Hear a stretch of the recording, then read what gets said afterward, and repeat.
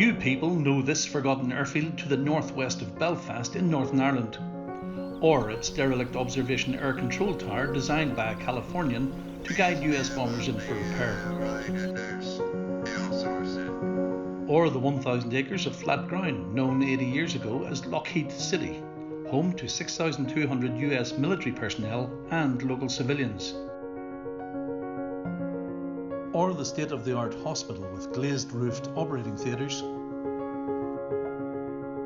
ball fields, bowling alleys, rifle range, housing, ice cream making plant, radio station, newspaper, and of course the gigantic hangars which serviced gigantic American bombers taking part in World War II.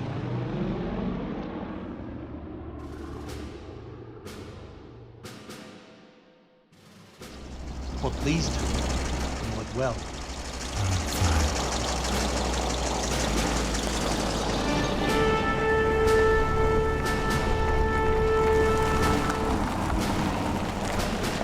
Meet Will Lindsay and Alfie Montgomery. Will has been fascinated with all things US Army Air Forces in Northern Ireland since he was a boy. It was coming up to Christmas, and with this newfound enthusiasm for the Second World War in the locality, I asked my mother and father for Christmas, could I have an aircraft accident report and a metal detector? So Christmas came. They both arrived Christmas morning. I was away down to the field when everyone else was opening their presents, having a good time. I was down a grassy, cold field, scanning away. One day I get a bleep on the detector. I dig the ground up, and there's a piece of aluminium, and it had a part number on it. So I contacted this man in the States who gave me the crash report. He said, oh yes, well that's from a P-38 Lightning, and this is the part where it came from, so that was me hooked. His friend Alfie has the same passion. Note their favoured mode of transport. I was interested in history from being at primary school. Used to walk with my father in Cafil every Sunday morning. Father pointed out to me that an American B-17 Flying Fortress had crashed there during the Second World War.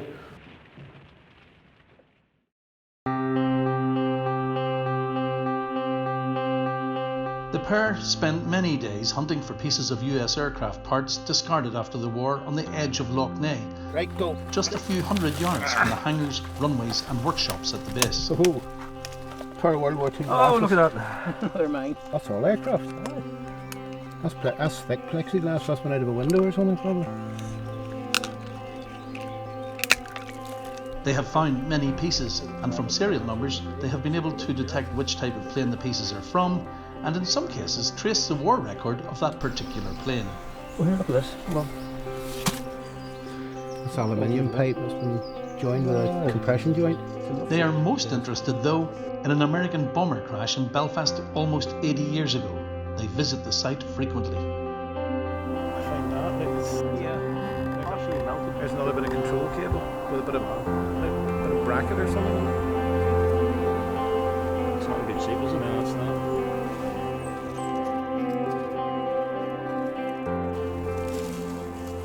It's strange as well the way we call aluminium and the Americans call it aluminum.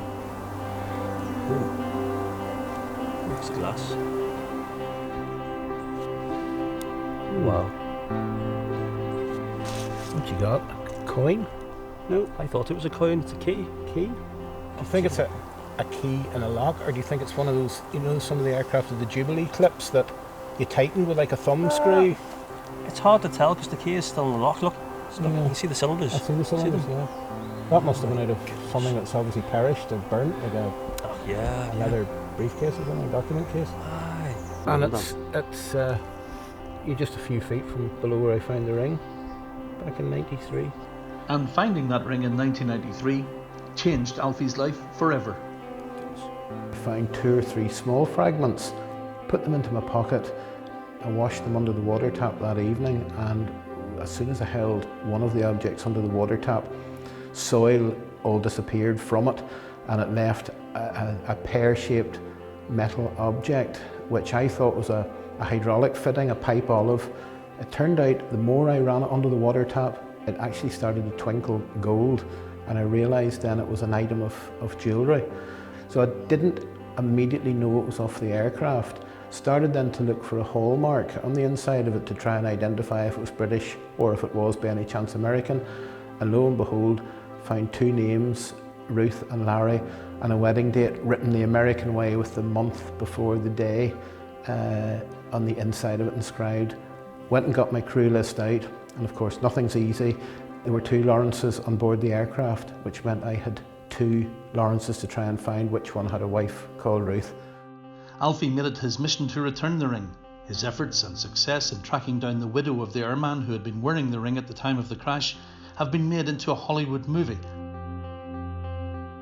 This is the station history for the Air Transport Command who were at Nuts Corner. Now it goes from, I think, the dates of June 43. Will and Alfie's passion for details about US aircraft and their movements led to them uncovering the station history for the former American airfield known as USAAF Nuts Corner. Here is July, so there's about 20-30 pages for July. Now here's June. What One page. One page. So June. This history contained a number of confidential communications flagging up safety concerns about American aircraft movements at Nuts Corner. This was before the major Belfast crash involving the enormous B-17 Flying Fortress with the 10 crewmen on board. They also made a disturbing discovery. The month of June is missing from that report, and if you look at all the other months within that report, they are very detailed, 30 to 40 pages at least per month. June has been omitted from the record. This find may well link the British RAF and the US Army Air Forces to what looks like a conspiracy to hush up what happened to a B-17 bomber fresh in from the United States and the 10 young men who perished in it. There was a lack of cooperation between the British and the Americans. And I think that was more on the British part. They would not allow American controllers to bring in American aircraft. Now, there was issues with the crews of American aircraft not being able to understand the British diction, the accent, or the procedures they were being asked to carry out, because the procedures which the British would use were slightly different to what the Americans had been trained. Reports from pilots landing at the station indicate great difficulty in receiving landing instructions from present tower because of language, accent and the system used. So, you know, what would that tell you? You know, there's a big issue here between communication. The fact that that's... We have a statement which reads from another aircrew member who was in one of those 15 aircraft. He states that the controller got confused and he was unable to get any of the 15 aircraft down. Now that's written by him. Now, if you look into the official declassified reports we have, that ties in with some of those statements I marked out in red. It's all starting to come together. And that was concern about incoming transatlantic aircraft, and that was, what, 3 months before the Cape Hill crash? On the morning of June the 1st, 1944, 16 US bombers, having travelled for over 8 hours across the Atlantic, were ordered to fly on the Nuts Corner radio range in a holding pattern which would take them over Lough Neagh and close to the city of Belfast. Each aircraft was stacked at a different altitude from 600 feet to 1500 feet by flying control personnel in the tower at Nuts Corner. Each plane was waiting its turn to land. The controller became so confused that he was unable to get any of them down, and they were just flying constantly in a loop on the radio range. B-17G Army serial number 297862 with 10 young American airmen on board was flying at just 600 feet above sea level at the bottom of the stack of the 16 aircraft. It would have been quite difficult to see, I think, you know. It had been a misty day and the mountain was not visible to the two pilots. The only explanation for flying straight into the mountain was that they thought they were coming out of the holding pattern and making a straight line to Nuts Corner on the edge of Lough Neagh, where they were ordered to land. 10 young men on board an aircraft from the US, very close to landing. To be honest, it shouldn't have happened. Accidents like this did happen. Will and Alfie are writing their second book investigating what exactly happened to the bomber. They visit the site of the crash regularly. Although these men were fighting in the Second World War, they died just 5 days before the Normandy landings of D-Day, and unfortunately that made the news then. An incident like this, 10 men killed on Cape Hill. Although it was tragic, Belfast lost 3,200 people in 2 nights of bombing in 1941. While we were filming them on the hill in July 2021, Will found 2 items. The 2 men brought them to Will's home, where his little garage houses his Willie's Jeep, Look what we have. and is also the temporary home of a museum featuring the US military in Northern Ireland during the Second World War. Will and Alfie gently clean the small metal pieces. One is a footlocker key, presumably belonging to one of the men, and the other, a little scrap of metal.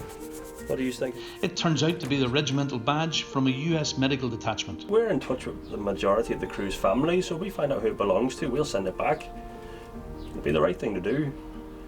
On investigation later that day, Will quickly found it belonged to Lawrence McGrain, who had previously been assigned to the 105th Field Artillery Medical Detachment.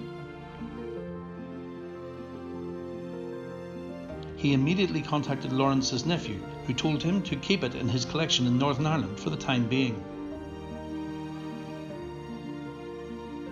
Almost 80 years on, these 10 men are not forgotten by their extended families in the United States, or by 2 young brothers whose home was almost hit by the bomber as it smashed into the hill just a few hundred yards away.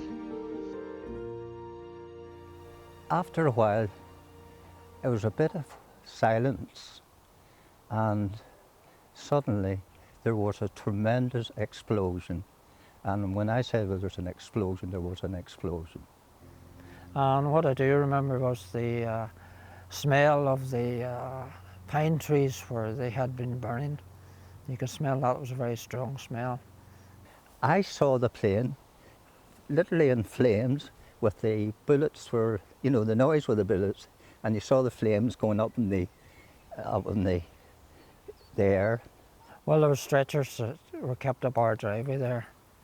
So what I would gather, what would have happened up where the ground, where the crash site, it was rough ground and that, they would have stretchered them down to whatever vehicles, the American vehicles, whatever you call them, got as far as they could get up there.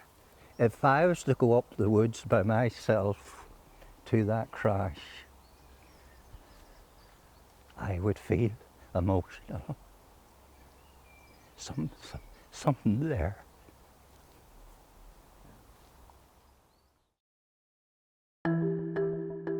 So how did a brand new and hugely expensive and technically advanced aircraft with 10 young men on board crash into a mountain at full speed and with apparently no warning?